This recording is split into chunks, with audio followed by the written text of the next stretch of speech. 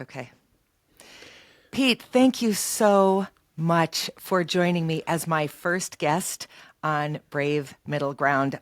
I just have to tell you that when this idea came to me the Friday after the November election, I had that thought, and the very next thought I had was, I wonder if Pete Wehner would join me as my first guest. So I just cannot tell you how thrilled I am that you said yes. Well, thank you. Thanks for inviting me. I'm delighted to be with you, and I appreciate what you're trying to do. So it's a particular honor to join you as your first guest. Well, thank you. Boy, the world is different since the last time you and I Right. talked about 6 months ago. And yet, some of the things that mattered then, I think, matter now and perhaps matter even more. So there may be some crossover, but I think there's also additional ground to cover. So, my first question for you is really, how do you define middle ground? Yeah, I think about middle ground. Excuse me. I think about middle ground not as a policy position per se, but I think more of a disposition. I think it embodies the concept of moderation, which I think is a virtue. And I think about moderation as a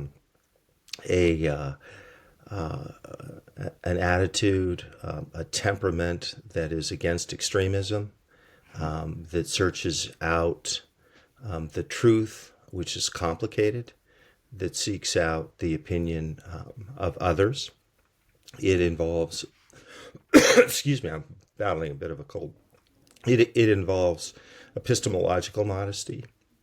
Let me just get a drink here. Sure. See if that helps.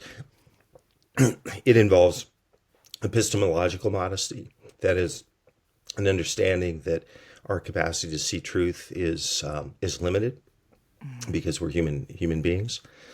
And so I think about that kind of middle ground as an ability to seek truth together within community with people that you disagree with, in an effort not just to arrive at a solution, but to actually ascertain truth, the reality of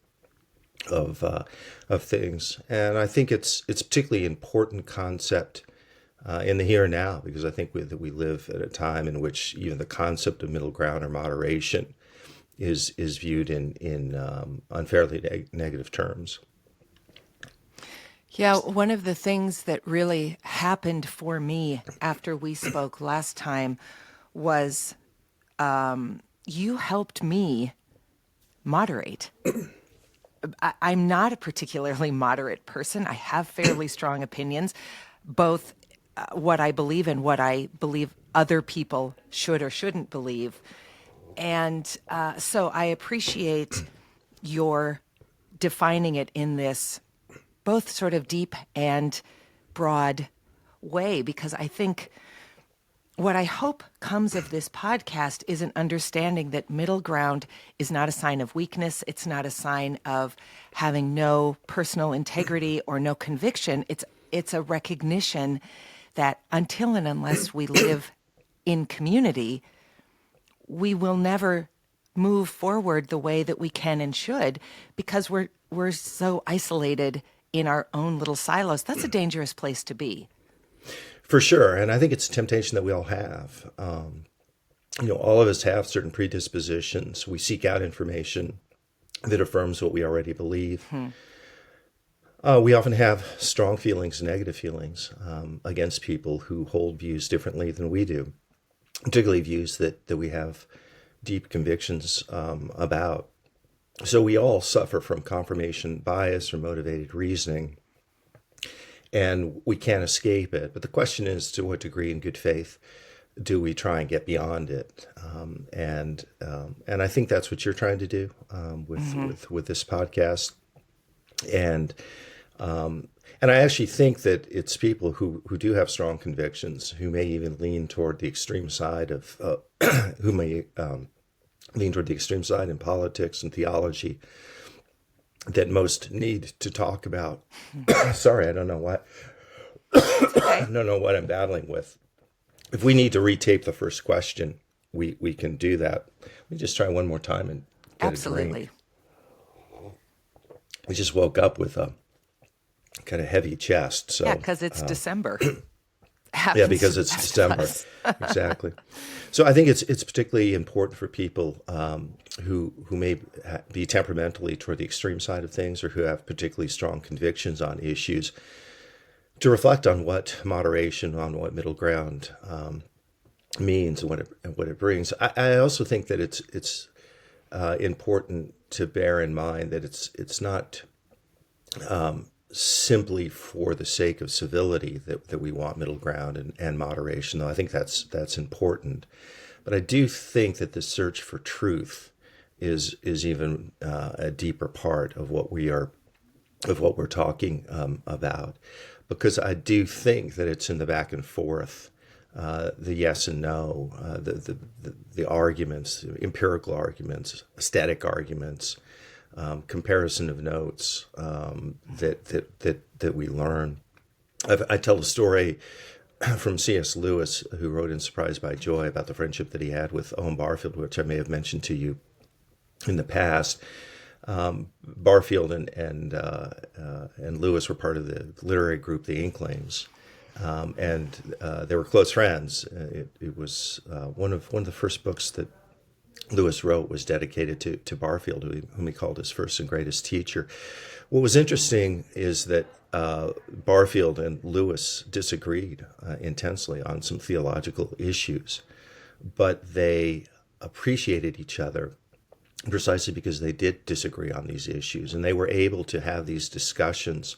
Lewis referred to it as going at it hammer and tong late into the night, where you can begin to feel and absorb the blows, the rhetorical blows of the other person, not to hurt, but to drive forward a certain argument. And Barfield later said about he and Lewis, he said, Lewis and I never debated for victory, we debated for truth. And I think that that's an entirely different mindset. And if more of us, and here I'm speaking to myself as well, if more of us were to debate with an aim toward truth rather than victory, I think all of us would be better off. So I wonder, how in the world do we find a shared definition of truth when we live in such seemingly polarized viewpoints? And I mean, let's go back to a sort of easy example, because we've got history to, kind of buffer it. But I certainly understand that there were Southern Democrats pre-Civil War who intellectually and perhaps even morally understood that slavery was wrong, but supported it because it supported their party, it supported their way of life, all those kinds of things. Right. But there were certainly others who believed wholeheartedly that African Americans were 2/3 human, and all those pieces, that was their truth. Right. How do we have hammer and tong, not for victory, but to reach an agreement point of truth? How do we have those conversations when we are so diametrically opposed to some things that feel very foundational?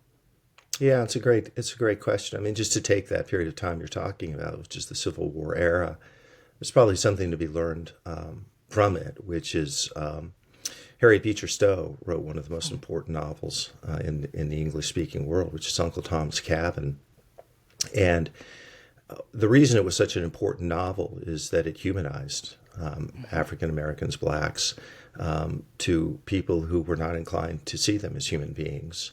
And so it used the aesthetic, in this case it used the literary, to try and open up a side to people who saw things differently than she did, and differently than what is right. But she found a way to appeal to their humanity and to widen the aperture of their lenses on what it meant. I don't know if this is apocryphal or not, but supposedly Lincoln, when he met Harriet Beecher Stowe in the White House, said, "So this is a little woman who started the Great War." Started the Great War. Now, you have to add to that, when we're talking about the Civil War, that ultimately what ended slavery was not a novel, it was a war. And that needs to be taken into account too, which is sometimes, hopefully, short of a war. One side has to prevail and one side has to lose. But I think behind your question is, what can we do far short of war to try and get there? I do think as well that one of the things that ultimately in the middle term can help is people who live their lives aligned with truth, and communities that live their lives aligned with truth are more flourishing and more inviting communities. And so people who live in unreality will see that as an example and be drawn to it. And as you're drawn to communities, you listen better to people. And then sometimes I think that it's in the life of a country like the life of an individual. Sometimes one just needs to let time pass and hope that new dispositions kick in. I suppose think about it with all the caveats that you'd want to insert in an example like this. If you're in a relationship, a couple, a spouse, and you're in a heated argument or very strong emotions are being expressed, emotions are inflamed. At that point, you just have to have the wisdom and the discernment to figure out what can be said at what moment, what needs to wait. It doesn't mean that you can't say whatever it is you feel like you need to say, but maybe you need to say it at a different moment and let the emotions settle down. In the United States today, I take some measure of comfort in the fact that there's something called the exhaustive majority, which refers to people who are just tired of all the anger and the antipathy and the collisions, and which are themselves based in part in different epistemological models, different views of what truth is. But there's no magic wand to this, and I do think we're in a dangerous period. Not because truth hasn't been challenged before. It's always been challenged throughout human history. But I think, given the times in which we live, given social media, given the fact that conspiracy theorists can be part of communities that in the past they weren't able to be part of, now they're virtual communities, the spread of misinformation, disinformation. I mean, we've never faced this before in human history. And so that makes this more complicated. And the final thing I'll say is just on an individual level. In my experience, what I've found is when you connect with other people, when you stay in relationship with other people who see the world differently than you do, that at least opens up the possibility of having conversations where other people can hear you. But that's based on trust, because if you don't trust another person, or you feel like you're going to be on the receiving end of an onslaught of information and arguments, the natural reaction is to get your back up and to lash out. So I think what one needs to do is to create the environment that allows genuine discussion to happen. That doesn't always work, but I think to the degree something like that will work, it's better when there's trust in relationships. You know that I live in North Dakota, which is notoriously conservative, Right. and seemingly moving more so. And I always say to people that anytime I meet someone, I start from the supposition that they are as liberal as I am until I'm proven wrong. And so I am consistently proven wrong pretty quickly. Right.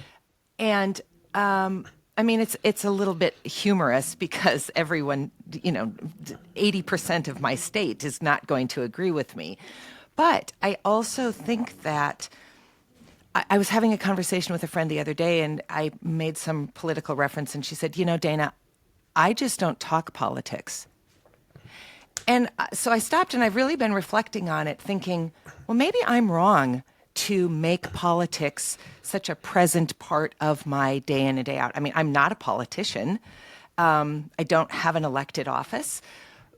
And then I go back to, but I believe politics is inherent to who we are. And I was so thrilled when I went back to read your incredible book, The Death of Politics, to remember that probably some of why I feel this way is because of Aristotle and his definition of politics really being about community. Right. Can you just talk a little bit about that? Because I think the word politics has taken on a new meaning, and I don't actually think it's the way we should be thinking about it. Yeah, I think that's well said. And I understand where you're coming from. I mean, I'm somebody who is in the political world. But even if I weren't, I think for me, it would be natural to talk about politics. And by politics, I don't mean politics necessarily in the most surface meaning, which is sort of the news of the day, or who's up or who's down, or this cabinet, nominee or that cabinet nominee, although that's obviously legitimate to talk about. But I think about politics in the deeper sense, which is the pursuit of justice, and how do we live more meaningful and fulfilling lives, and how does politics intersect with that? How does it influence that? I think that it requires some measure of discernment in terms of, should one talk about politics? And then the second thing I'd say is, it depends on how one talks about politics, right? In terms of the discernment, I mean, sometimes you can tell pretty early on with an individual that a political discussion of virtually any kind is not going to be particularly fruitful. They could be angry, they could be inflamed. They could be in a position where their minds are closed, or you may be in the same position, or I may be in the same position. But I think we all know of conversations where you think, this is not the wise thing to bring up at this particular moment, so we're going to talk about whatever else we want to talk about: children, the weather, favorite book, favorite sports, Yeah. favorite movie, that kind of thing. So I think the threshold question there is does this have the potential to be a fruitful conversation or not? If it's just going to be two people yelling at each other, or not yelling but feeling a lot of rage against each other, that's not useful to anybody. So you just set it aside. Well, I'm going to have that conversation with somebody else, or this person at a different time. And the second thing is, if you do have those conversations, I think it depends on how they take place, how they unfold.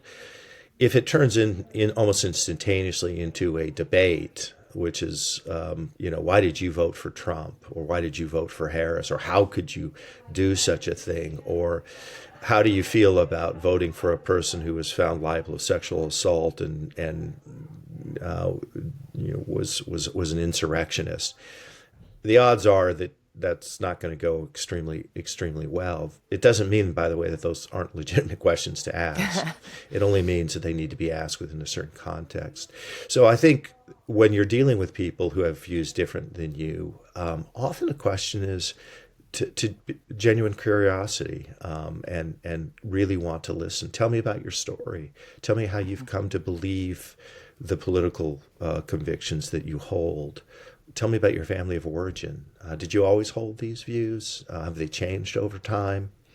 I think when people feel like they're genuinely being heard, that there is genuine curiosity on the part of others, they'll open up more, and you'll learn more about their journey, and that will help. The other thing that I've found in political conversations that are helpful, and even not in conversations, but when I think about politics and dealing with people who view things differently than I do, it is the discipline of trying to express in the most fair-minded way possible the argument the other person holds. And I'll just give you an anecdote on that. I taught at Duke University for a couple of semesters, and one of the things that I did was a group of journalists, students who were majoring in journalism, I think the editor of the Duke newspaper and a number of others. And I chose a series of issues: abortion, homosexuality and gender, Second Amendment, guns, and race, affirmative action. And I was warned not to do that with the students, but I went ahead and did it anyway. And I asked each of the students to take a position that they want to. What I told the students is choose an issue and write the opposite of what you believe and write a paper for me defending the opposite position, which you genuinely believe. And I graded them according to how strong those papers were. And I was really quite struck by how well the students did. At one point, I remember asking, I just want to be clear that you don't hold this position because it was so persuasive. And when we talked about it as a class afterward, I remember the conversations. There was one woman who was the representative of NARAL on the Duke campus, and she wrote a paper on the pro-life position. And she said it was painful for me to do. But she also acknowledged that she learned things because she had to delve into what the precepts, the suppositions, the empirical evidence, the arguments of the other side were. So I think if we all did that more than we do, you can't do that all the time, obviously, but if we were to try and express the best case for the other side, that's helpful for us as well as for others.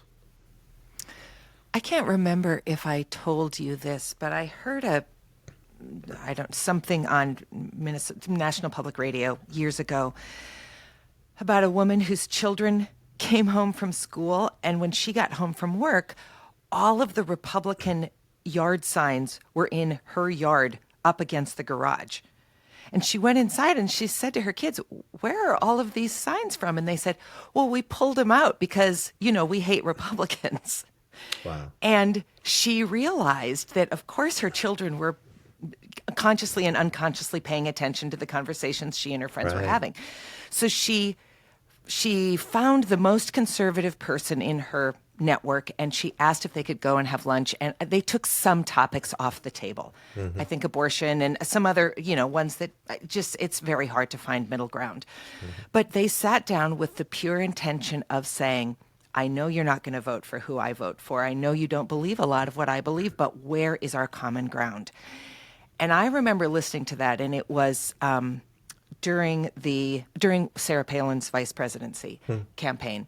And I thought, okay, generally I find Sarah Palin to be kind of a dope on a rope, but where are our commonalities? We were, at the time, both married. We both had made a decision to keep a pregnancy that was complicated. I mean, I came up with a number of commonalities, and I have never forgotten it because Sarah Palin and I, in theory, have nothing in common. Right. We don't view the world from the same direction at all. And yet, I was shocked at how many things, without knowing her, I was able to produce that made me think, wow, perhaps I could have a conversation with her. Perhaps she could be a friend. I mean, that seems impossible to imagine. But what if it isn't impossible? Yeah, that's a great anecdote. It's a very powerful one. I think one of the things that it underscores is that the connections that we have are often stronger than we know. And that there are so many dimensions to life, and politics isn't the only one. And if you can find out what those other layers are, and touch them and get in sync with people about them, share your life story, stories about children, about growing up, parts of the country that you lived in. The joys of life, the sufferings of life, the sorrows of life. It is notable that I think for most people there's a natural empathy that they have, and so when people share about their lives and often the struggles of their life, that creates a connection. Now, I don't think that one ought to do that for a utilitarian reason, which is, we can connect on some suffering that we've experienced so I can convert this person to my political beliefs. That's not my point. It's, I think, to underscore what your story is telling, which is that we're complicated in a good way, and the capacity to create community, friendship, at least acquaintances and relationships are maybe easier than we think, as long as we approach them in the right way. And again, I think once you establish that kind of relationship that you're describing, it may open up the capacity to talk about some of these controversial issues. Maybe not. And if not, that's okay too. Well, I have to add, because I apologize for calling her a dope on a rope. That was silly and inappropriate. But the other thing that it did for me is I remember very clearly having a regard for her in a new way, because she did run for office. She was elected. She put herself out there in ways I always talked about doing and never have. And so, again, I don't have to like her policy to have respect for the fact that she pursued something, achieved it. It doesn't really matter if I like the outcome or not. She attempted and pursued and achieved something I didn't. And there's Yeah. value to finding that in someone else. Yeah, I think that's a good way of describing it. It's interesting about Sarah Palin, because I'm not a fan by any means, and I think her limitations were pretty obvious. One of the ways I think about her is that she was a person who was a reasonably well-regarded governor, not well known in Alaska, and she was picked to be excuse me, and she was picked to be vice president, and she accepted excuse me. And she accepted, which most of us would do, and she simply wasn't prepared, and she was just battered because she was so limited in her abilities and skill sets and intellect to run in high public office. And I did feel for her because she was so mocked by people, and when that happens, that can turn people into hardened versions of themselves. And you have to. The human mind finds capacities to defend itself when, especially if you're on the receiving end of mock, ridicule, and humiliation. And I think that drove her into more extreme directions than her life otherwise would have taken her, because of what she had to go through. That doesn't justify the views that she holds now or then. It just, I think, helps to understand, how people become who they sometimes become. Yeah, I mean, my gosh, I remember my stepdad saying to me, we were watching something she was on, and I made some passing reference to how not intelligent I found her to be, and he said, if John McCain had reached out to you and asked you if you wanted to be the vice president, you'd have said yes too. When someone of that stature shines their light on you, Exactly. it perhaps makes you forget your failings and think, well, I must be something. Yeah. How do you say no to that? She's a very complicated person in my mind, because that radio program just forever altered the way I was so able to summarily dismiss her outright as just being something that wasn't worth anything, and that's just actually not true. Yeah.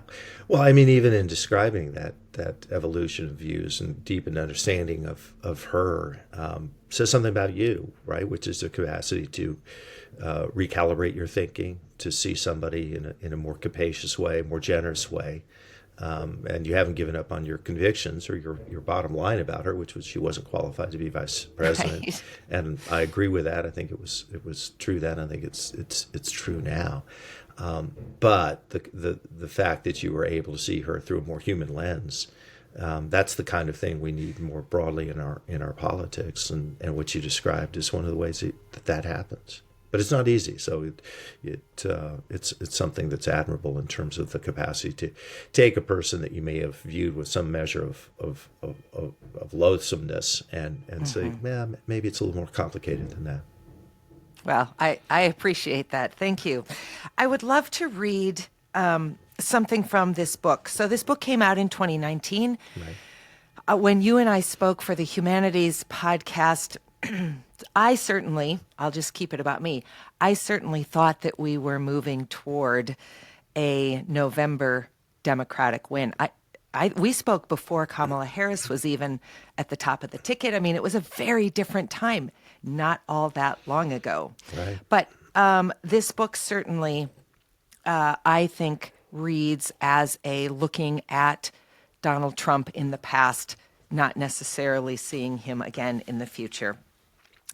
But what makes this book so compelling and why I continue to encourage people on every piece of the political spectrum to read it is that it's actually not about I'm pro this, I'm anti that. I mean, you make a very clear stance and have been very public about your breaking from your lifetime commitment to the Republican Party, in particular Donald Trump. But that's not really the point of the book from my perspective. Right. I think it's how do we come back from where we were, and now how do we come back from where we are? So you say the democratic virtue of civility. We live in an era of growing incivility. We can see it and sense it all around us, from the rudeness we encounter while driving and shopping, to social media posts and cyberbullying, to cable television and talk radio, to the behavior of the politicians, and preeminently the President of the United States. Incivility not only implies disrespect, discourteousness, and impoliteness, it derives from the Latin word incivilis, meaning not of a citizen. To be uncivil, then, is to act in ways that tend to put one at odds with what it means to be a responsible citizen. The converse is also true. Civility is central to citizenship. It is the precondition, not the product, of respect for others. When civility is stripped away, everything in life becomes a battlefield, an arena for conflict, an excuse for invective. Families, communities, our conversations, and our institutions break apart when basic civility is absent. Everyday life becomes nearly impossible.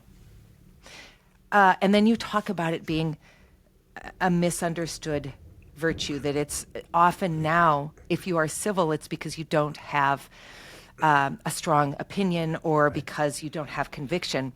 So we have talked on this a bit, but this so beautifully sums up what I'm trying to do with this podcast, which is to stop seeing things in black and white in these very binary ways, which is the most comfortable way I think we have become at seeing things, and to start to see the gray.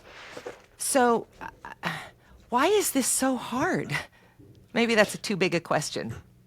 Yeah, no, it's a good question. It's a really good question. Why is it so hard to see grays?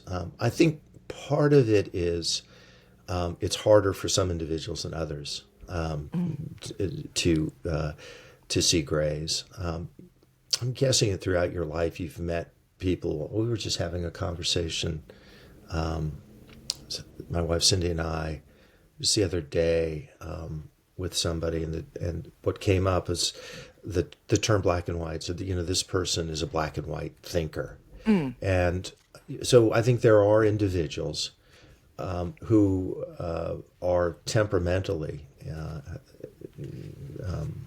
black and white thinkers. Their sensibilities, their dispositions are such that, and then there are some people who see grays, who search out grays, who actually find life more vivifying and interesting because they want to search out the grays. They want to try and see things and acknowledge that truth is complicated and many-sided, and they want to search it out. So some of it, I think, is just how we're wired. But I also think that some of this probably comes down to core identities that we have, and we all have certain core identities. They may be faith-related and theological. They may be political and partisan-related. They may be regionally driven. So what creates who we are and the core identities we have, family of origin and a lot of other things, those are certain things that are fundamental to us.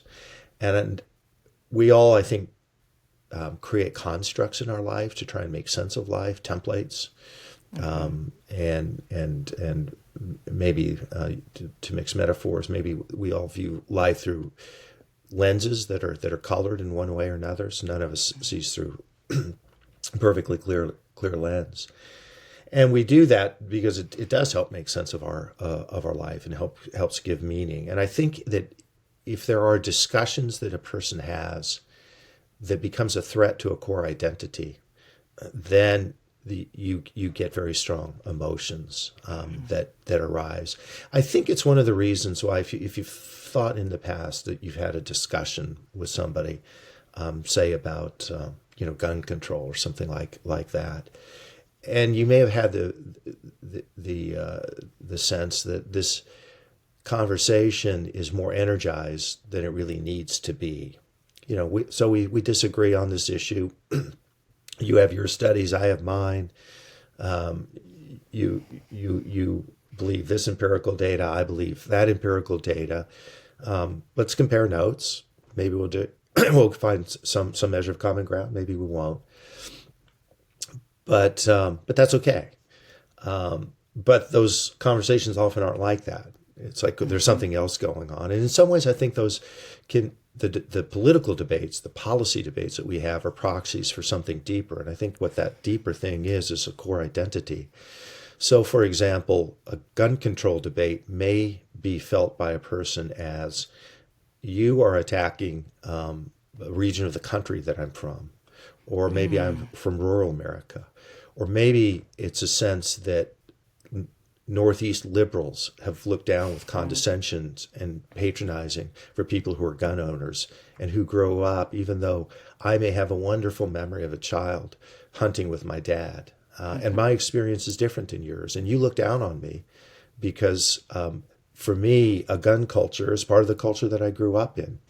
And it doesn't mean that I want to go and shoot a person on Fifth Avenue. And it doesn't mean that I have no regard for human life, or that I'm in favor of mowing down people at elementary schools.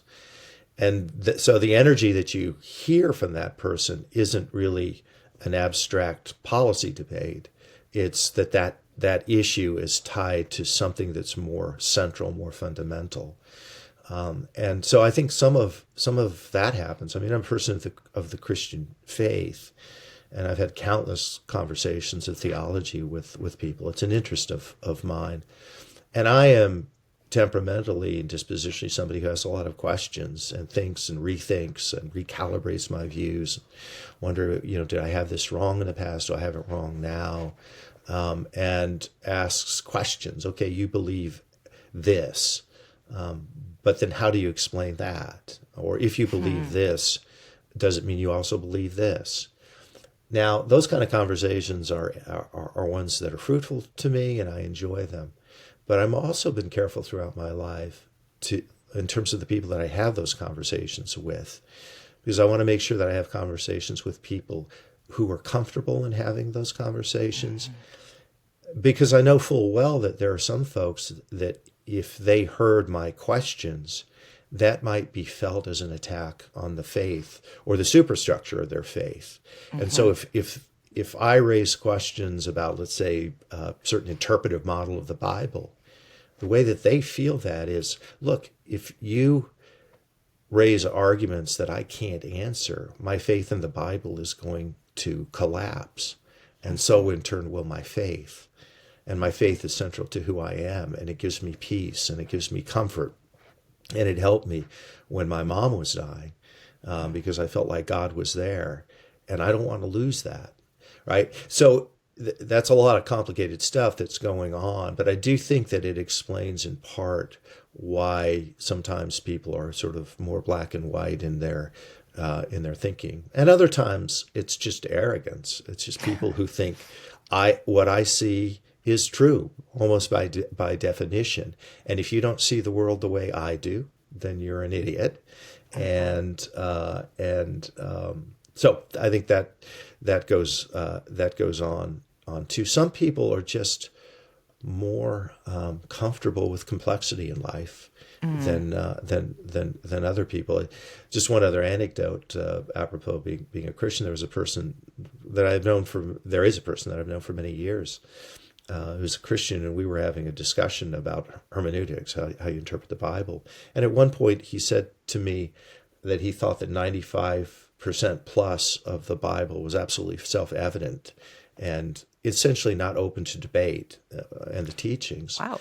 Now, my response to that was, if that's the case, why are there hundreds or thousands of denominations of which there are dozens of debates within those denominations about all sorts of issues: infant baptism versus adult baptism, of women, should they be ordained for ministry or not, premillennial, postmillennial. I mean, you could go through endless number of issues. But he came from a background, and his mindset was such that he thought that the truths were absolutely self-evident, and there really wasn't too much to debate. So in that case, you're just dealing with people who are coming at the search for truth, and how we how well we understand truth, and how confident we can be in terms of our capacity to understand all elements of truth. So I think that explains it as well. Wow. This core identity piece is kind of another one of those light bulb moments.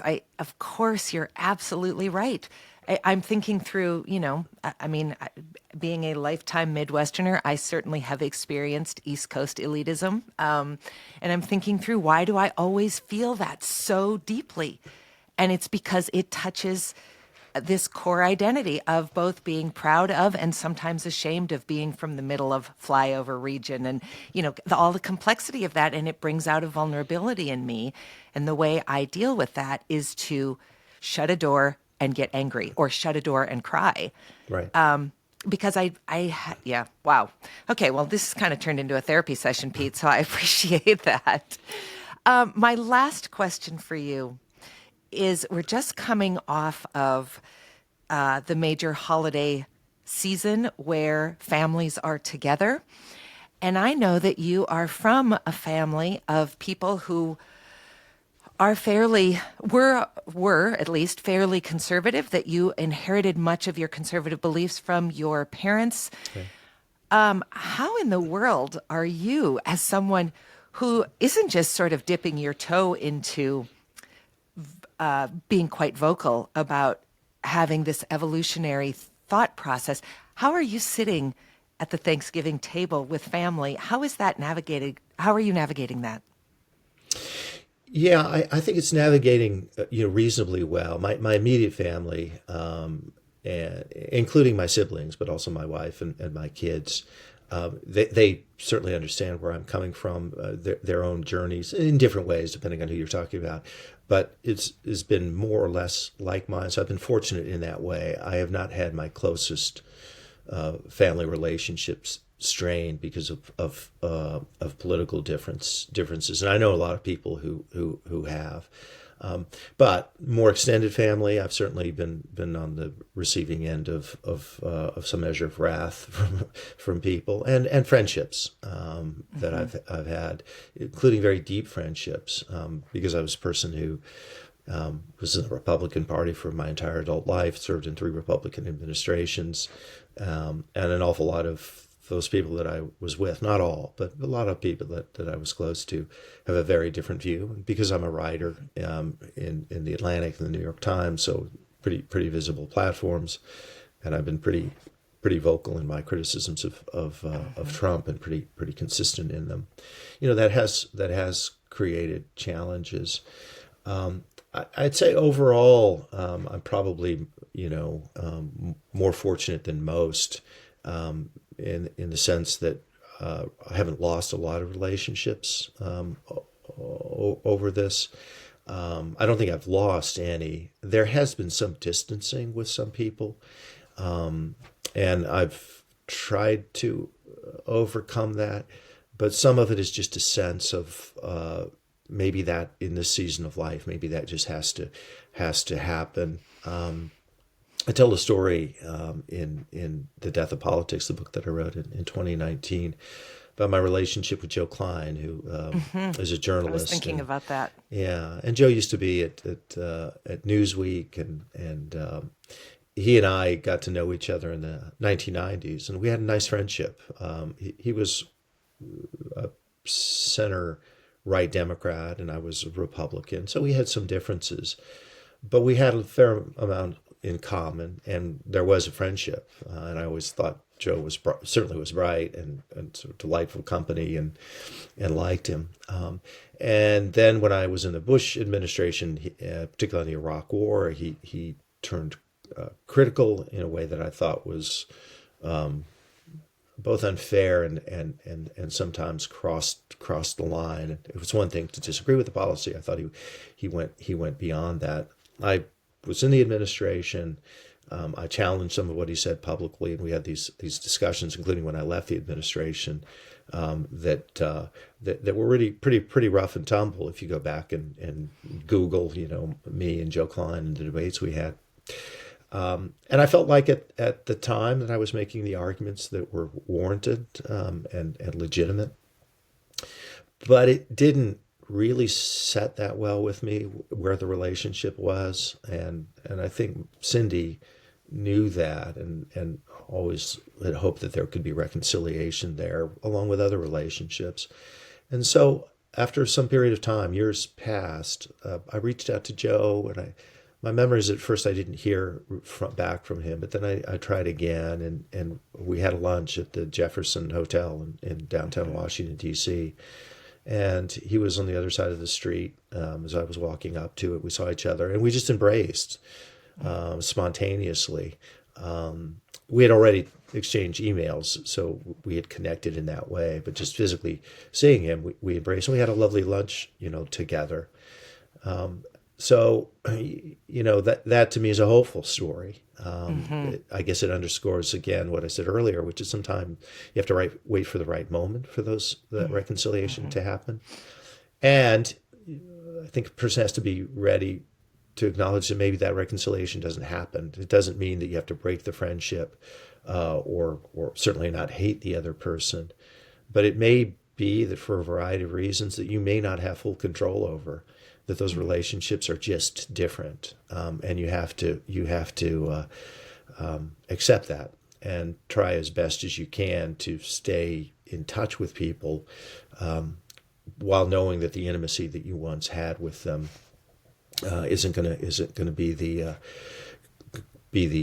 same. But I do have friends for sure who are Trump supporters, and we get along fine. And there have been times like during the election where I said, we should probably dial down our debates on politics, because I feel like we're going round and round in circles, and I don't think it's particularly constructive.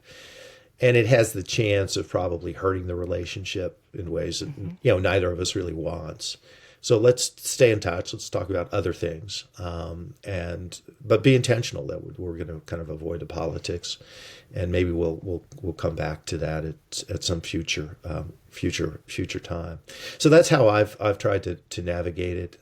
It's certainly not been the most dominant part of my life.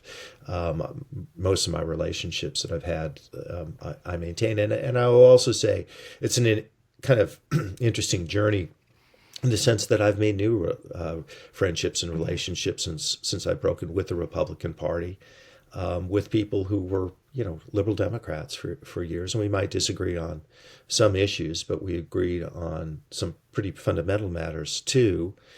But then our relationships, these new relationships, aren't based simply on politics.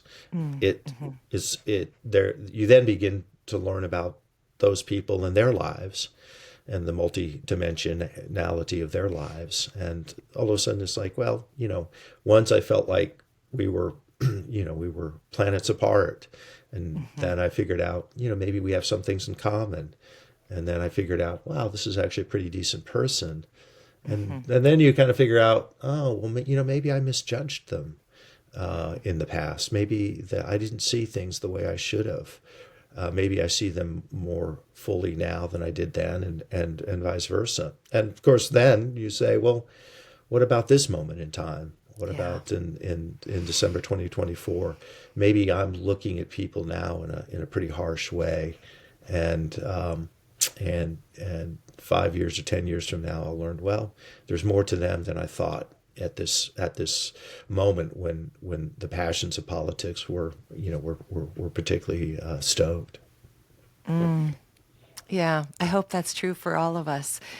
The thing that it reminds me of as I'm listening to you talk is the third word to the title of the podcast, which is brave middle ground, because I think it does require a level of bravery to stand up, to say that you think something is right or wrong, to break from something that you have always been identified with, and to stake a claim, in your case, to stake a claim in things that are Googleable. And, I mean, your words will live on long past you, and history will have an opportunity to remember you because you have put your thoughts into writing. But what you've done so beautifully, I think, and what makes it brave, is that you didn't just think it. You did put your neck out. You did say, I think there's something bigger that I can contribute based on my time and experience. And you did that. So I want to thank you for doing that, because it got me to you. And you have been really, Pete, you've been really instrumental in my life in these 2 brief conversations that we've had. And I know that I can't be the only person who, while on the other side of your typical politics, also struggling and grappling with how to get back a little bit more to the center, to not vilify the other side, but to find our shared humanity and our shared civility. So I just really want to thank you for doing it, for me, for my audience, and for everyone else who I know has been given a really gentle and firm awakening, because you were willing to be brave and to try to find the middle ground. Well, that's very generous. Thank you. It's been a delight to be with you, and that's what you're doing with this podcast and in your own life. You have convictions, but you care about the right things, and you care about decency and the humanity of other people, and even in this conversation, you shared that, and that's gonna be a great encouragement to your listeners. And all we can do is, within the circumstances that we live, the communities we're a part of, is to try and live with as much integrity as we can. And the rest of it, how successful it is or not, in the macro sense, that's often determined by things we can't control. But what we can control is how faithful we are to what we believe, and you're doing that, and that's, by the way, too, how a country changes when enough individuals in a self-governing country decide to pursue the right things in the right way. Then that's how countries can heal. It's that beautiful Bobby Kennedy quote that I hear you talk about so often, the ripples that meet and create the wave. And then I had forgotten this, but it's a great way for us to close. We talked in our last conversation about not being the corks in the water, but actually being the waves, the water that has the potential to move. And so I appreciate this conversation. I appreciate you giving me your time and insight. And I hope that we can stay in touch, and that you can come back on, as things continue to evolve in this world, and we continue to seek to find the middle ground. Well, thanks. I consider this and what you're doing to be a ripple of hope. So I'd be happy to be a part of it in the future. Thanks. Thank you, Pete. Have a fantastic day, and everyone else, we'll talk soon. Thanks. Would you like to re-record that first? I was having so much trouble with my voice. Okay. Thanks. At least that's great. You're a magician with the